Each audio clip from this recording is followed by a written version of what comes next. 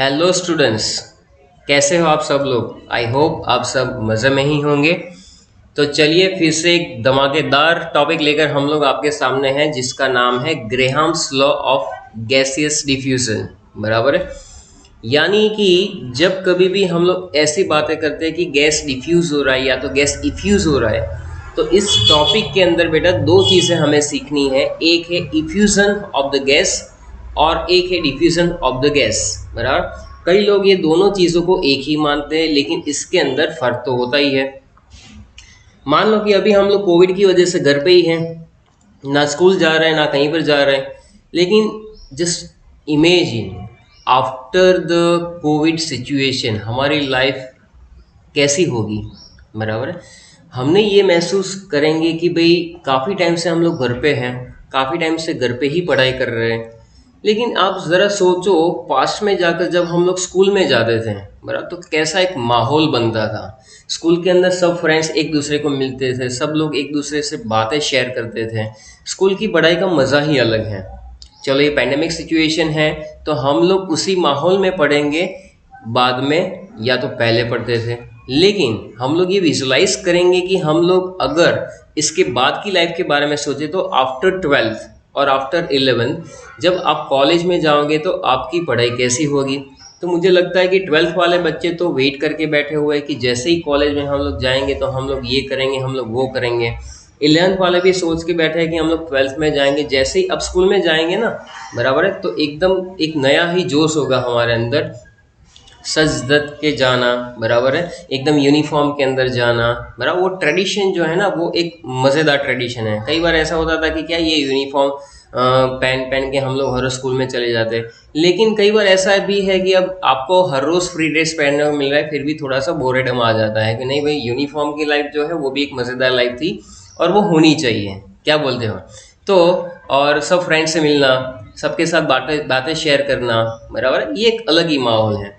तो क्या आपने स्कूल में ये ऑब्जर्व किया हुआ है कि कोई भी गर्ल या तो बॉय, बराबर, एक स्पेसिफिक कैरेक्टरिस्टिक्स के साथ जब रूम में एंटर होता है, बराबर है, तो हर एक इंसान की अपनी खुद की एक एरोमा होती है, even when the chemicals will be applied on your fabric.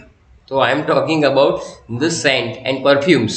बराबर, तो वो जब हम लोग कॉलेज में जाएंगे, मान लो कि एक ऐसा एक एग्जाम्पल मैं आपको देता हूँ कि जब कोई 12th के बाद कॉलेज में जाता है, तो कॉलेज में जाने का जो पहला दिन होता है ना, उसका एक्साइटमेंट ज़बरदस्त होता है, क्योंकि एक नई लाइफ है, एक कलरफुल वर्ल्ड है, जहाँ पर सब लोग एक दूसरे से मिलते हैं, फ्रेंडशिप करते हैं, मज़ा आता है। बराबर है। अब वहाँ पर एक ऐसी सिचुएशन है कि जहाँ पर कॉलेज के अंदर एक रूम है जहाँ पर सब बॉयज़ एंड गर्ल्स पढ़ रहे हैं, बराबर है। सडनली मूवी में जैसे एक लड़की आती है या तो कोई बॉय आता है, तो जैसे ही एंटर होता है, या तो अपने कई बार जो टीचर्स होते हैं या जो प्रोफेसर होते वो भी जब एंटर होता है, तो आपने ये महसूस किया होगा कि किसी न किसी को एक ऐसी हैबिट होती है जो एकदम स्ट्रॉन्ग परफ्यूम लगा कर आता है। तो आप अपनी जगह पर बैठे हो, आप सडनली रियलाइज करते हो कि कोई एंटर हुआ। क्यों? क्योंकि वहाँ पर आपको एक स्मेल आती है और बहुत ही मस्त स्मेल आती है, क्योंकि उसका फ्रेगनेंस जो होता है ना, वो फूलों से आता है बेटा। तो फ्रेगनेंस जो है वो फूलों से आता है, वो फ्रेगनेंस का कलेक्शन करके जो बनाते हैं, बराबर है। तो ये तो चलो ठीक है कि परफ्यूम्स है, डिओड्रेंट्स है, वो तो सब अपनी जगह पर है। लेकिन strong intense flame intense sorry fragrance वाले जो आते हैं, उसके अंदर एक ऐसा एहसास रहता है कि हर एक कोई, मेरा अगर छोटे बच्चे को भी जब आप नहलाते हो या तो उसको तैयार करते हो, उसकी बॉडी के ऊपर बॉडी लोशन लगाते हो, ये सब, तो वो एक फ्रेगनेंस जो है ना, वो फ्रेशनेस फील करवाता है इंसान को। तो ये ह्यूमन साइकोलॉजी है कि कोई भी फ्रेगनेंस से अट्रैक्ट तो होता है। तो ये फ्रेगनेंस आना, it is a topic of our today's topic related with ग्रेहाम्स law of diffusion. चलो, डिफ्यूजन और रिफ्यूजन में फ़र्क क्या है। मान लो कि कहीं पर कोई सिलेंडर भरा पड़ा हुआ है। अब सिलेंडर के अंदर जो है ना बेटा, गैस लीक हो रही है। तो गैस लीक होने का मतलब क्या हुआ? एक पिन होल होगा, उसके अंदर से गैस लीक हो रही होगी, बराबर है। तो गैस जैसे जैसे वहां पर लीक होती जाती है, वैसे हमें पता चलता है कि भाई कहीं ना कहीं पे तो गैस लीक हो रही है, बराबर है। तो यहाँ पर वही फिगर मैंने आपको दिखाई हुई है। इफ्यूजन का मतलब क्या होता है, what is the meaning of effusion. तो आप देख सकते हो यहाँ लिखा हुआ कि the escape of a gas through a pin hole into a vacuum without molecular collisions, बराबर है। तो मान लो कि यहाँ पर वैक्यूम है, बराबर है, एक वेसल लिया हुआ है जिसमें एक साइड गैस है, यहाँ पर एक छोटा सा पिन होल है जहां से आप देख सकते हो कि ये जो मॉलिक्यूल्स है ना वो यहाँ पर क्या हो रहा है, यहाँ पर से यहाँ पर छोटे होल में से यहाँ पर आ रहा है, बराबर। सो दैट इज कॉल्ड इफ्यूजन। तो इफ्यूजन जो है ना वो एक अलग ही चीज है। तो यहाँ पर हमने लिखा हुआ है कि इफ्यूजन क्या है, the escape of a gas through a pin hole into a vacuum without molecular collisions, उसको हम लोग इफ्यूजन कहते थे, बराबर। उसके साथ रिलेशन जो है वो सब डेरिवेशन में करवाऊंगा, टेंशन मत लो, आराम से पूरे वीडियो में बन कर रहो। और अगर आपको वीडियो अच्छा लग रहा है तो लाइक दबा दो और सब्सक्राइब भी कर दो और शेयर करो इस वीडियो को। ग्रेहाम्स लॉ के अंदर सेकंड जो टर्म आते हैं बेटा उसको कहते हैं डिफ्यूजन, बराबर है। अब आप देखोगे कि डिफ्यूजन में क्या आएगा कि the mixing of different gases bye molecular motion without frequent molecular collision. यानी कि जो मान लो कि हमारे घर में भी जब हम लोग कहीं पर इंसेंस स्टिक जला लेते हैं तो उसकी जो स्मेल है ना वो हमारे नाकों तक पहुंच ही जाती है, तो उसके अंदर जो रहता है वो डिफ्यूजन रहता है, बराबर है। तो इफ्यूजन के बाद डिफ्यूजन तो होना ही है, लेकिन दोनों में फर्क तो है। यहाँ पर आप देख सकते हैं इस फिगर के अंदर कि कुछ मॉलिक्यूल्स जो है ना वो यहाँ से यहाँ पर आ रहा है। आप देख रहे हो यहाँ पर कि ये मॉलिक्यूल्स ब्लू वाले जो है ना वो देखो, ये ब्लू वाले पार्टिकल जो है आप देख सकते हो कि उसके अंदर ये पार्टिकल्स जो है वो ये जो है ना दोनों प्लेट के बीच में जगह काफ़ी ज़्यादा है। तो आप ऑब्जर्व कर सकते हो कि यहाँ जगह काफ़ी ज़्यादा है, तो गैस नंबर 2 जो है ना वो ज़्यादा डिफ्यूज हो रही है कंपेयर टू गैस नंबर 1, क्योंकि गैस नंबर 1 के पार्टिकल्स कैसे है बेटा, थोड़े से बड़े हैं। तो वो आप देखो कि यहाँ पर 2 पार्टिकल ही एंटर हो पाए हैं, पार्टिकल 1 एंड 2। तो यहाँ पर ब्लू वाले तो 1 2 3 4 काफ़ी सारे पार्टिकल्स है जो यहाँ पर डिफ्यूज हो रहे हैं। तो डिफ्यूज का मतलब क्या है, it is a mixing of the gases molecules by the random motion under the conditions where the molecular collisions अकर। यहाँ पर मॉलिक्यूलर कोलिजन्स होते हैं, उसमें नहीं होते थे इफ्यूजन के अंदर, बराबर है। तो ये चीज है। अब हम लोग आगे पढ़ेंगे। तो इसके अंदर हमने सीख लिया कि डिफ्यूजन और इफ्यूजन क्या क्या चीजें हैं। तो ग्रेहाम्स लॉ ऑफ गैसेस डिफ्यूजन है क्या एक्चुअली, बराबर है। तो आप देख सकते हो कि यहाँ पर उसने तो ग्रेहाम नाम के साइंटिस्ट ने प्रैक्टिकल किया था। वो प्रैक्टिकल किसके बारे में किया था, तो डिफरेंट डिफरेंट गैसेस ले लिए उसने, बराबर है, कंटेनर में भरे, उसके बीच में उन्होंने जगह भी रखी और उसको डिफ्यूज करने दिया, बराबर है। तो रेट ऑफ डिफ्यूजन, यहाँ पर क्या लिखा है, rate of diffusion of a gas is inversely proportional to the square root of its density.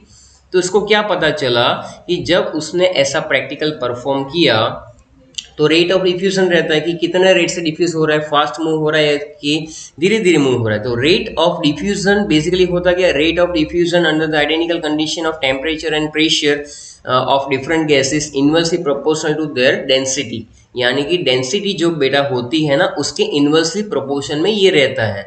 अगर ये स्टेटमेंट का अगर हम लोग रियल लाइफ एग्जांपल में आप देखें तो देखिए कि मैदान है जिसके अंदर दौड़ लगा कर रखनी है, बराबर है। अब दौड़ने के अंदर मान लो कि एक एकदम दमदार आदमी है जिसका वेट काफ़ी ज़्यादा है, बराबर, 100 kg वेट है, उसके सामने 50 kg वाला भी हमने एक रख दिया है बंदा।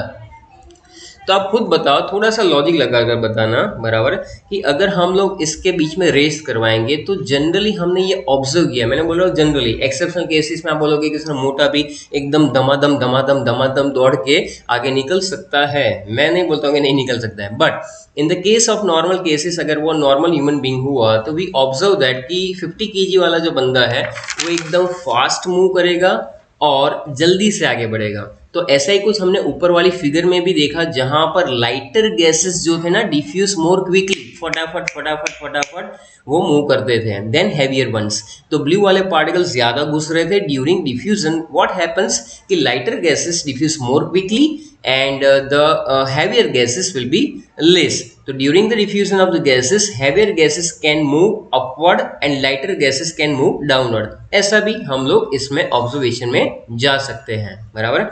तो ये कहानी तो हो गई। अब ये कहानी के पीछे लॉजिक ये है कि अब इसको हम लोग मैथमेटिकली कैसे रिलेट कर पाएंगे। तो चलिए पेन और कॉपी ले लीजिए, आपको मेरे साथ ये डेरिवेशन में भी जाना है। तो सबसे पहले हम लोग लिखेंगे बेटा इसका स्टेटमेंट, बराबर है। तो स्टेटमेंट के अंदर हम लोगों ने क्या लिखना है, सबसे पहले हमें ये लिखना है कि भाई अंडर द आइडेंटिकल कंडीशन, कैसे लिखेंगे, लिखो चलो। तो यहाँ से हम लोग लिखेंगे बेटा कि अंडर, मस्त एकदम इन्वर्टेड फॉर्म लगा लो, inverted, under identical condition of temperature and pressure, under identical condition of temperature and pressure क्या हो रहा है, हमने क्या सीखा, the rate of diffusion of different gases are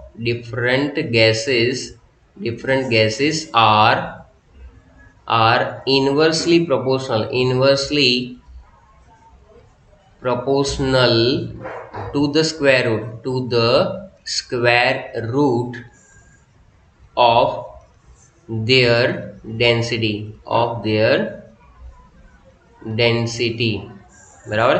फिर से पढ़ो इस स्टेटमेंट को, क्या लिखा है, under the identical condition of the temperature and pressure the rates of diffusion of the different gases are inversely proportional to the square root of the density, बराबर है। तो ये जो लिखा हुआ है इसको रटने की कोई जरूरत नहीं है, सिर्फ आप इतना देखो, आर प्रोपोर्शनल टू 1/√d, यहाँ पर आर क्या है, रेट ऑफ डिफ्यूजन, और डी क्या है, डेंसिटी है। ये कब होता है, तो हमने सीखा यहाँ पर क्या क्या कांस्टेंट रखना है हमें, टेम्परेचर एंड प्रेशर, तो टी एंड पी यहाँ पर हम लोग लिख लेंगे कांस्टेंट, ठीक है, टी एंड पी कांस्टेंट लिख लिया।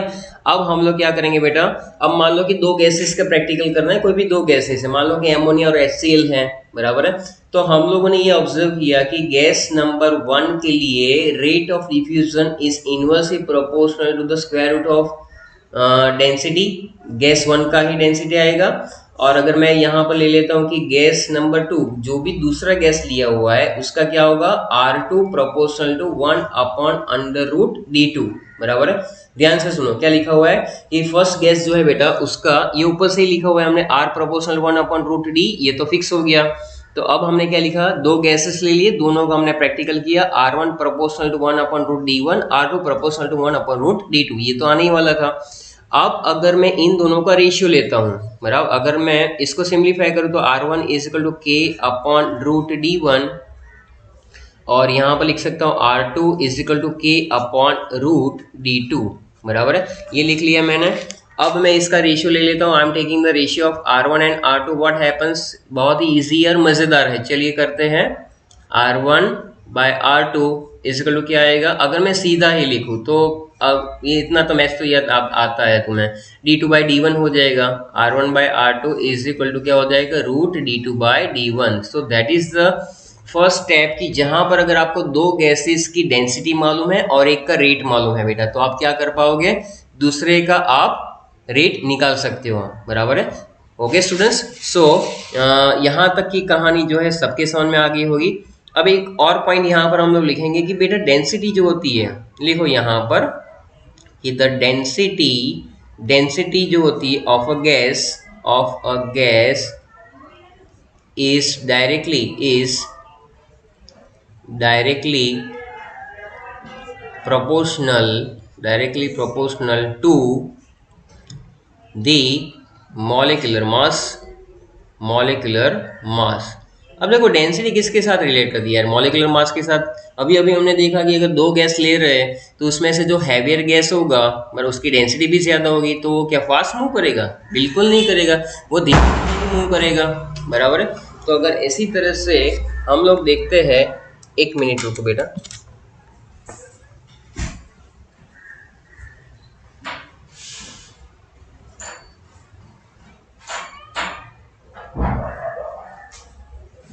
ओके चलिए तो हम लोग आगे बढ़ेंगे कि यहाँ पर, हाँ okay, the density of a gas is directly proportional to the molecular mass, बराबर है। तो डेंसिटी जो है इसको हम लोग कैसे लिखेंगे मैथमेटिकली कि D प्रोपोर्शनल टू M, यानी कि मॉलिक्यूलर मास के साथ सीधा रिलेशन है, मॉलिक्यूलर मास के साथ कैसा है, डायरेक्ट रिलेशन है। अब हम लोग क्या करेंगे, इसको रिलेट करेंगे। तो आगे हमने सीखा तो अगर मैं इसका भी निकालता हूँ ना ratio, at the ratio of the density, different gas की डेंसिटी का रेशियो निकालेंगे। ओके, तो the ratio of the density of different gases, it is also like that कि D1 होगा तो सामने D1 directly proportional to M1 रहेगा और D2 क्या रहेगा, डायरेक्टली प्रोपोर्शनल टू M2 भी रहेगा। अगर मैं D1 बाई D2 लिखूंगा तो आंसर क्या आएगा, M1 by M2। So that is the final answer. Okay, so derivation का पार्ट है, बहुत ही सिंपल सा, D1 by D2 is equal to M1 by M2। यानी कि बेटा अगर आपको दो के मॉलिक्यूलर मास मालूम है, एक की डेंसिटी मालूम है, दूसरे की नहीं मालूम है, तो आप इस फॉर्मूला से आइडेंटिफाई कर सकते हो। तो आगे हमने सीखा इक्वेशन नंबर 1, यहाँ पर मैं बोल देता हूँ इसको इक्वेशन नंबर 2, बराबर है। या तो जो पहला था सबसे उसको इक्वेशन 1 दे दो, 1 2 3 दे दो तो भी चलेगा। अब इसके बाद हम लोग इसको रिलेट करेंगे किसके साथ, फिर से वही रिलेशन आगे बढ़ाएंगे कि अगर मैं R1 बाय R2 को लिखना चाहूँ तो R1 by R2 is equal to, मैं क्या लिख सकता हूँ, अब तक की जो कहानी उसके according under root D2 by D1 is equal to under root M2 by M1। चलिए ठीक है, तो ये तो कहानी हो गई हमारी अब तक की। अब हम लोग जो है इसमें एक नया लेवल जनरेट करने जा रहे हैं। देखो रेट ऑफ डिफ्यूजन गैस का मतलब क्या होता है, तो एक और भी डेफिनेशन है, तो एक और स्टेटमेंट यहाँ पर थ्योरी में आता बेटा कि the relative rate of diffusion of gases are inversely proportional to the square root of their molecular mass। ये मैंने लिखा स्टेटमेंट ऊपर वाले का, मॉलिक्यूलर मास जैसे डेंसिटी का स्टेटमेंट था वैसा ही है। दूसरा एक नया आएगा, चलो भाई, रेट इज इक्वल टू, मैं लिखता हूँ यहाँ पर लिख रहा हूँ rate is equal to what, तो एक और चीज है, ये जो गैस डिफ्यूज हो रहा है ना वो कितने टाइम में हो रहा है, तो वो भी है कि भाई वॉल्यूम ऑफ गैस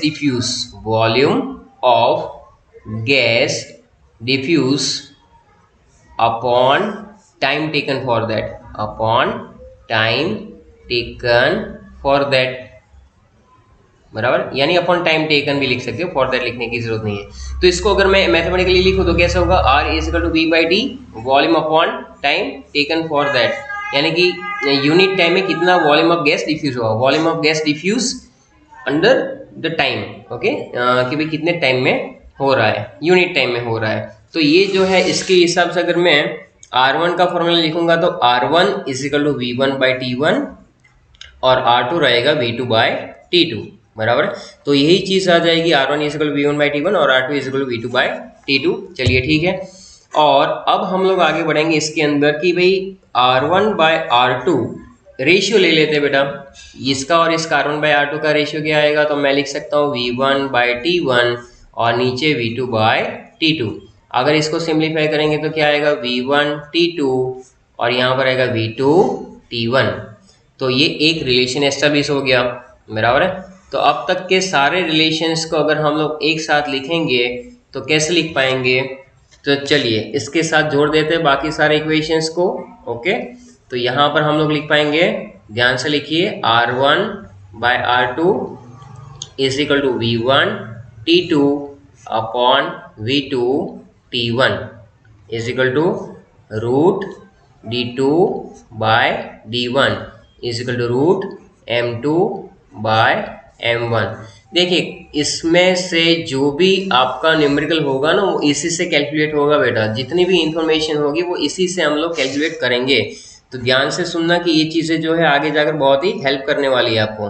तो ये मेथड में कई बार ऐसा होगा आपके न्यूमेरिकल में, बराबर है। इसमें अगर मैं केस ले लूँ कि केस नंबर 1, इस इक्वेशन को अप्लाई करूँगा मैं, बराबर, इस इक्वेशन को अप्लाई करूँगा मैं, ये मान लो कि ये थर्ड इक्वेशन है, तो केस नंबर 1 में मैं क्या लिख सकता हूँ, तो आप देखिए कई बार क्या होता है कि कंटेनर का वॉल्यूम एक जैसा होता है, तो जब कंटेनर का वॉल्यूम एक जैसा होगा तो V1 is equal to V2 लेंगे बेटा, तो rate of diffusion, ratio of the diffuse rate of the gases में क्या मिलेगा, R1 by R2 is equal to T2 by T1 मिलेगा।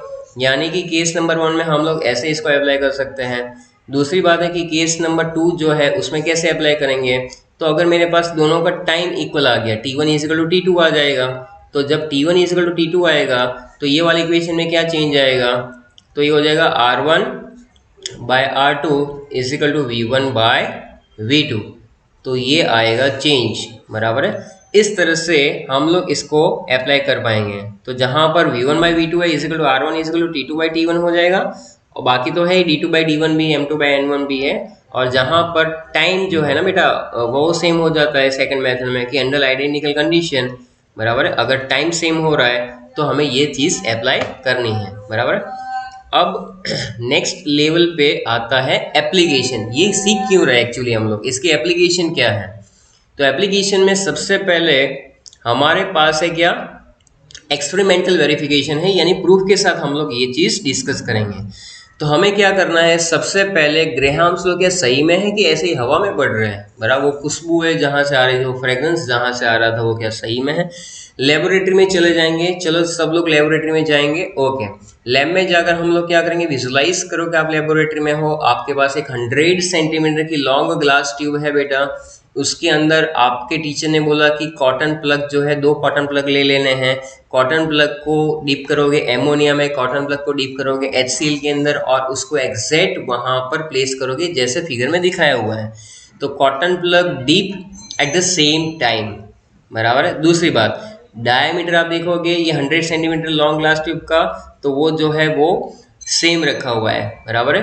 तो हमने यहाँ पर क्या देखा कि जब ये चीज़ें हमने लिखी हुई है तो उसके अंदर एक्चुअली होता क्या है कि यहाँ पर अब कंडीशन में देखो, ये क्वेश्चन में भी पूछ सकते हैं। तो क्वेश्चन में जब पूछेंगे कि एक्सपेरिमेंट समझाओ, तो आप क्या लिखोगे कि भाई take the glass tube 100 centimetre long in which at the one end, मान लो कि इसको मैंने एंड ए बोल दिया, तो at the end A we put the cotton plug deep into the ammonia solution, aqueous solution. And B पे जो है ना वो हम लोग क्या पुट कर रहे हैं बेटा, बी पे हम लोग पुट कर रहे हैं HCl में डीप किया हुआ पार्ट। तो यहाँ से NH3 और यहाँ से HCl। तो बेसिकली हुआ क्या कि when ammonia gas is reacted with HCl gas, what happen, हमें मालूम है कि ये इक्वेशन कैसे बैलेंस होगा, NH4Cl से बैलेंस होगा, NH4Cl। अब वो पहले गैस होता है, बाद में सॉलिड बन जाता है। तो आप देखोगे कि यहाँ पर एक वाइट कलर की जो रिंग है ना वो हमें मिल रही है। इस प्लेस पे आप देखोगे बेटा, ये जो है ये वाली चीज़ वाइट कलर की रिंग, तो ये व्हाइट कलर क्या है, बेसिकली एमोनियम क्लोराइड का फॉर्मेशन है, एमोनियम क्लोराइड का फॉर्मेशन है। बोले सर इसमें कहाँ से ये लॉ आएगा और कहाँ से आप बता पाओगे कि ये नहीं, ये है ग्रेहाम लॉ, इसमें एप्लीकेबल है। आप अगर ऑब्जर्व करोगे तो ये जो है ना, जो distance travel by the ammonia, distance travel by the ammonia is more. आप देखोगे अगर मैं इसको सी प्लेस मान लेता हूँ बेटा, अगर मैं इसको सी प्लेस ले लेता हूँ ना, बराबर, तो आप क्या देखोगे कि यहाँ पर जो वो डिस्टेंस ट्रैवल बाय एमोनिया वो क्या है, जो डिस्टेंस ट्रैवल किया, डिस्टेंस ट्रैवल बाय एमोनिया वो क्या है, कितना है, AC जितना, और डिस्टेंस ट्रैवल बाय HCl बेटा वो कितना है, BC जितना है। तो आप क्लियरली विजुअलाइज कर सकते हो कि वॉल्यूम ऑफ गैस जो डिफ्यूज हो रहा है ना एमोनिया का, तो एमोनिया का डिफ्यूजन रेट ज़्यादा है, HCl का डिफ्यूजन रेट कम है, क्योंकि उसका डिस्टेंस जो ट्रैवल कर रहा है ना एमोनिया फटाफट मूव कर रहा है। एमोनिया क्या कर रहा है, फटाफट मूव कर रहा है, HCl धीरे धीरे मूव कर रहा है। तो क्या हो सकता है इसके पीछे का लॉजिक, तो हम लोगों ने अभी अभी जब पहले सीखा था तो उसमें बिल्कुल ये पढ़ा था कि लोअर डेंसिटी वाला गैसेस होता है, low density faster rate, low density faster rate, density directly proportional to molecular mass, low molecular mass faster rate. जब density directly proportional to molecular मास है और rate of diffusion inversely proportional to density है, इसका सीधा मतलब ये रहता है कि मॉलिक्यूलर मास के भी इनवर्सली प्रोपोर्शनल में ही होगी। Rate is inversely proportional to molecular mass, square root of their molecular mass. Yes, इसका मतलब कि जिसका मॉलिक्यूलर मास बेटा कम होगा वो फटाफट मूव करेगा। अगर हम लोग इसके ऊपर एक इक्वेशन लिखेंगे कि भाई रेट ऑफ एमोनिया, नीचे में लिख रहा हूँ रेट ऑफ HCl, तो यहाँ पर वॉल्यूम ऑफ एमोनिया और नीचे आएगा वॉल्यूम ऑफ HCl। कैसे निकाल सकते हैं, तो AC जो है ना वो एमोनिया के लिए डिस्टेंस ट्रैवल है और BC इसके लिए है सेंटीमीटर के अंदर। अगर मुझे थियोरेटिकली निकालना है तो मैं कैसे निकालूंगा, RNA3 upon RHCl is basically inversely proportional to the square root of molecular mass of HCl and molecular mass of ammonia। Molecular mass of HCl कितना निकल के आ रहा है वो तो मालूम है 36.5 है, यहाँ पर कितना है ये 70 है। अगर आप इसका आंसर निकालोगे तो 1.486 आ रहा है, 1.465 आएगा बेटा, बिल्कुल। और ये रिपीटेडली 3 बार प्रैक्टिकल करोगे तो आपका आंसर 1.46 प्लस और माइनस 0.01 इतनी प्रैक्टिकल एरर के साथ आता है। तो ये प्रूव हो गया कि भाई किस तरह से हम लोगों ने ग्रेहाम्स लॉ की एप्लीकेशन पढ़ी। ग्रेहाम लॉ की दूसरी जो एप्लीकेशन है बहुत ही इजी है, separation of two isotopes, separation of two isotopes, बराबर है। तो हमें क्या करना है, अगर दो आइसोटॉप को सेपरेट करना है ना तो भी ये टेनेसी स्टेट ऑफ अमेरिका के अंदर ऑकरिज में एक लॉन्ग टनल बनाई गई। लॉन्ग टनल के अंदर उन्होंने क्या किया था, फिर से बता रहा हूँ, टेनेसी स्टेट ऑफ अमेरिका के अंदर एक लॉन्ग टनल बनाई गई ऑकरिज में, जहाँ पर उन्होंने क्या किया, एक प्रैक्टिकल लैब एस्टेब्लिश कर दी जहाँ पर उन्होंने यूरेनियम के 2 आइसोटॉप लिए थे। तो यूरेनियम हैज़ 2 आइसोटॉप, बराबर है। और यूरेनियम ही क्यों, क्योंकि यूरेनियम जो है न्यूक्लियर एनर्जी में यूज़ होता है, न्यूक्लियर एनर्जी प्रोड्यूस करने में, और उसमें यूरेनियम 238 और यूरेनियम 235, बराबर। तो यहाँ पर जब हमें नेचुरल यूरेनियम जो कन्वर्ट होता है, बेसिकली यूरेनियम जो है ना महंगा है, क्योंकि यूरेनियम जो मिलता है ना वो 0.7% से भी कम मिलता है पूरी दुनिया के अंदर, और उसके भी 2 आइसोटॉप है। तो आप देख सकते हो कि यहाँ मैंने लिखा है यूरेनियम 238, बराबर है। फिर से मेंशन कर देता हूँ, यूरेनियम के 2 आइसोटॉप है, एक है 238 ऑफ यूरेनियम और एक है 235 ऑफ यूरेनियम। तो इसकी जब हम लोग लॉन्ग टनल के अंदर हम लोग प्रैक्टिकल परफॉर्म करेंगे। अब देखो बेटा, ये क्या होता है, low density faster rate, low molecular mass faster rate. यहाँ पर हम लोग है ना सीधा यूरेनियम डाल के नहीं कि ये डाला अब करो जो कोई करना है। तो हमें सबसे पहले क्या करना पड़ता है, यूरेनियम का एक वॉलेटाइल कंपाउंड बनाना पड़ता है कि when uranium is reacted with F2 तो हमारे पास आता है UF6। अब ये जो UF6 आता है उसके अंदर 2 आइसोटॉप का कॉम्बिनेशन है, जिसमें दो UF6 2 टाइप के बनेंगे। एक बनेगा UF6 जो हमारा होगा 238 और एक हमारा UF6 जो बनेगा 235 वाला, बराबर है। अब आप जब लॉन्ग टनल में से इसको हम लोग पास करेंगे, बराबर है, बेसिकली तो ये बीच में ऐसे मेम्ब्रेन रख देते हैं जहाँ से होल में से ये पास करते हैं, इसको टनल बंद भी होता है। ऊपर वाले एमोनिया में भी बंद रखना है, ऐसा नहीं कि कॉटन प्लग डाल के हमने छोड़ दिया, उसको कॉर्क से बंद करना है बेटा। तो यहाँ से ये यूरेनियम जो है ना, उसका यूरेनियम हेक्साफ्लोराइड जो है पास करेंगे। अब देखो इसके बीच में जो है ना गैप बहुत ही कम है, लो डेंसिटी फास्टर रेट है, तो इसका एटॉमिक मास डिफरेंस भी बहुत ज़्यादा है नहीं, तो धीरे धीरे एक बार प्रैक्टिकल में नहीं होगा। अब मान लो कि इसमें क्या हो रहा है कि 2 दौड़ने वाले एकदम तेज़ हैं। अब आप इसमें से सेपरेट करना चाहते हो कि कौन सा बेस्ट है और कौन सा नहीं है, तो क्या करना पड़ेगा कि आपको उसको 100 मीटर की रेस में नहीं दौड़ाना है, आपको उसको बहुत ही लंबा टनल देना पड़ेगा दौड़ने के लिए, तब जाके पता चलेगा। और 2-3 बार करना पड़ेगा प्रैक्टिकल, तब पता चलेगा, क्योंकि दोनों तेज़ है। दोनों जब तेज़ होते हैं तो हमें ये पता करना पड़ता है कि एक्चुअली में कौन फास्ट है। तो जिसकी स्ट्रेंथ और जिसकी कैपेसिटी ज़्यादा होगी वही फास्ट निकलेगा। इसी तरह से यहाँ पर भी क्या होता है कि ये जो गैसेस है यूरेनियम हेक्साफ्लोराइड, बराबर है, वो इसमें जो होल्स किए हुए इसमें से पास होंगे, और लो डेंसिटी फास्टर रेट के हिसाब से gas mixture which first emerges from the porous solid, बराबर है, और ये धीरे धीरे करते जाएंगे, और उसके बाद हमें पता चलेगा कि भाई यहाँ पर जो है 235 UF6 जो है वो आगे निकल के आ रहा है। तो सेपरेशन ऑफ आइसोटॉप्स इस तरह से कर सकते हैं हम लोग।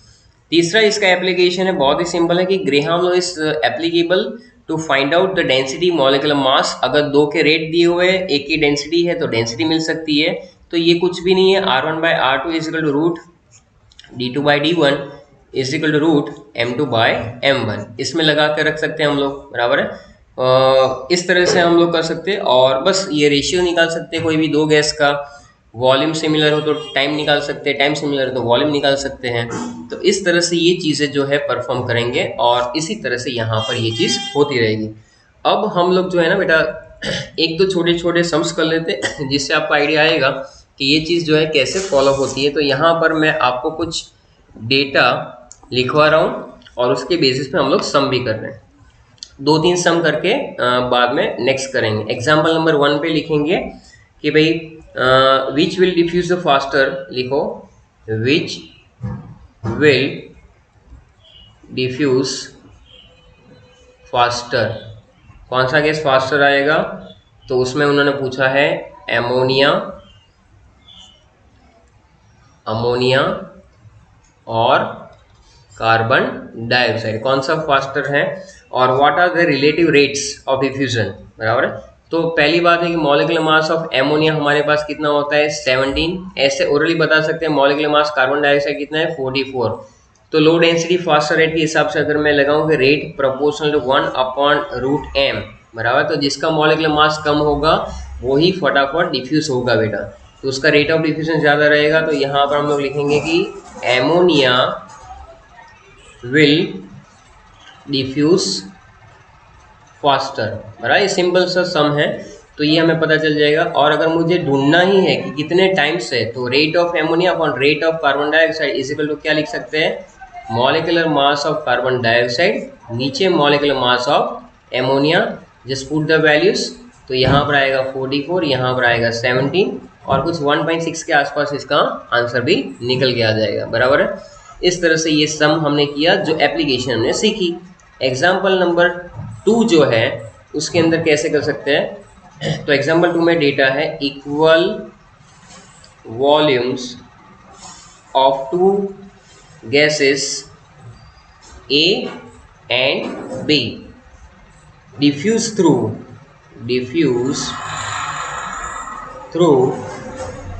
a porous pot में से डिफ्यूज कर रहे हैं इन 20 and 10 सेकेंड। 20 and 10 second. देखो दो टाइम दिए हैं, अब तुम्हारे दिमाग में फॉर्मूला आने चाहिए, बराबर। R1/R2 is equal to V1T2 V2T1 वाला 10 सेकेंड है। और if the molar mass of A is, if the molar mass of A is 80, तो पूछा हुआ है बेटा calculate molar mass of B। Calculate करना है मोलर मास ऑफ B, बराबर है। तो हमें यहाँ पर rate of A upon rate of B के हिसाब से जाना है, बराबर है। तो क्या था फॉर्मूला, V1 की जगह VA और यहाँ पर TB और नीचे आएगा VB, तो यहाँ पर आएगा TA, बराबर है। तो अगर आप इसके अंदर आप देखोगे और इसका मॉलिक्यूलर मास का जो फॉर्मूला है वो तो क्या आएगा, molecular mass of B upon molecular mass of A, बराबर है। अब देखो यहाँ पर बेटा बहुत ही आराम से मैं बता रहा हूँ कि इक्वल वॉल्यूम है। इक्वल वॉल्यूम का मतलब क्या होता है कि यहाँ पर VA इज इक्वल टू तो VB हो गया, बराबर है। तो हमारा सीधा जो निकल के आएगा वो क्या आएगा फॉर्मूला, तो अभी हमें RA upon RB is equal लगाना है TB/TA इज इक्वल टू हो जाएगा हमारा MB/MA। चलो ठीक है, ना पुट द वैल्यूज। सेकंड जो गैस है उसका 10 और उसका 20 आ रहा है, तो यहाँ पर हम लोग कर लेंगे बराबर TB। सेकंड गैस है उसका कितना दिया हुआ है 10 है ना, तो यहाँ पर 10/20 रख दूँ मैं। 10/20 is equal to molecular mass of B और A का कितना दिया हुआ है 80 दिया हुआ है, तो यहाँ पर आ जाएगा 1/2 और इसको अगर मैं स्क्वायर कर लूँ दोनों साइड तो MB/80 हो जाएगा, बराबर है। तो इसका मतलब अगर मुझे MB फाइंड करना है मॉलिक्यूलर मास ऑफ B तो क्या करना पड़ेगा, तो 80/4 हो जाएगा, 20 ग्राम पर मोल। बस इस तरह से इसका आंसर आ जाएगा, बराबर। Next numerical example number 3, 20 decimetre cube of SO2 diffuse through a porous partition in 60 seconds.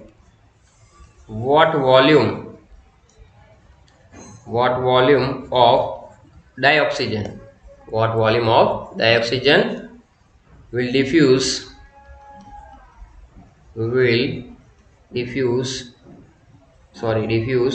under similar condition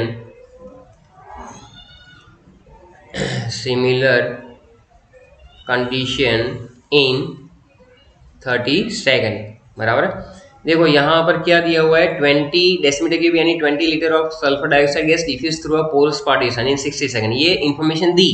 what volume of oxygen will diffuse under the similar condition, यानी वॉल्यूम फाइंड करना है ना oxygen का, इन 30 second. तो देखो यहाँ पर दो टाइम दिए, एक वॉल्यूम दिया हुआ है, तो कौन सा फॉर्मूला लगेगा यहाँ पर, R1/R2।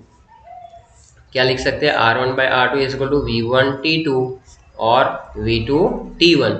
अभी मैंने आपको बोला कि यहाँ पर हमें क्या क्या है, तो ये वॉल्यूम है, ये टाइम है, बराबर है, और यहाँ पर भी ये वॉल्यूम है, एक टाइम दिया है, तो वॉल्यूम हमें फाइंड करना है। सो बहुत ही सिंपल सा है। तो सबसे पहले मैं लिखूँगा RSO2, बराबर है, वो आपका है 20 डेसीमीटर क्यूब, और नीचे टाइम है ना उसका V1/T1 ले लो, V1/T1, ये टर्म पहले यूज़ कर लो R1 के लिए, तो ये आ जाएगा किसका, 60 सेकेंड, बराबर है बेटा। तो ये गया 1/3 डेसीमीटर क्यूब पर सेकंड। चलो ये आ गया पहला। अब ऑक्सीजन के लिए करना है, बराबर, क्योंकि इंडिविजुअली तो फॉर्मूला था ही ना, R1 is equal to V1/T1 और R2 इज इक्वल टू क्या था, V2/T2, ये अप्लाई कर रहे हैं। तो R ऑफ O2 कितना आएगा, तो R ऑफ O2 में आई थिंक वॉल्यूम तो नहीं है, तो वॉल्यूम ऑफ ऑक्सीजन, और नीचे है मेरे पास 30 सेकेंड, बराबर है। तो ये इतना ही लिखो कि V/30 आ रहा है, V/30 डेसीमीटर क्यूब सेकेंड। अब क्या कर सकते हैं हम लोग, इसका रेशियो निकाल सकते हैं, बराबर। रेशियो निकालेंगे फटाफट।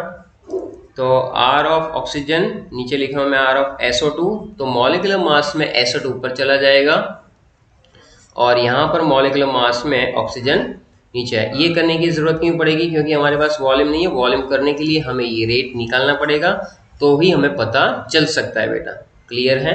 तो मॉलिक्यूलर मास ऑफ SO2 जो है सल्फर का 32, और ये ऐड कर लो तो ये कितना निकल के आएगा, तो ये आ जाएगा, अच्छा RO2 की जगह पर मैं रख सकता हूँ क्या, V/30 में रख रहा हूँ instead of rate of oxygen, और रेट ऑफ सल्फर डाइऑक्साइड जो मेरे पास आ रहा था वो 1/3 था। मॉलिक्यूलर मास जो SO2 का है वो 64 है और इसका 32 है। अगर आप इसको सॉल्व कर लेते हो तो हमें वॉल्यूम जो है ना ऑक्सीजन का वो मिल जाएगा। अगर आप बिल्कुल 14.14 जितना आंसर आएगा, बराबर, डेसीमीटर क्यूब में। So that's how we complete today's lecture with the Graham's law of gases diffusion, बराबर है। Theory part, derivation part, application part and numerical part एक ही लेक्चर के अंदर हमने आज काफ़ी सारा कवर किया हुआ बेटा। ग्रेहाम लॉ ऑफ गैसेस डिफ्यूजन का जो होमवर्क है वो मैं आपको बहुत ही जल्दी नेक्स्ट वीडियो में दे रहा हूँ। उसके बाद हम लोग kinetic theory, kinetic molecular theory के ऊपर आगे बढ़ेंगे।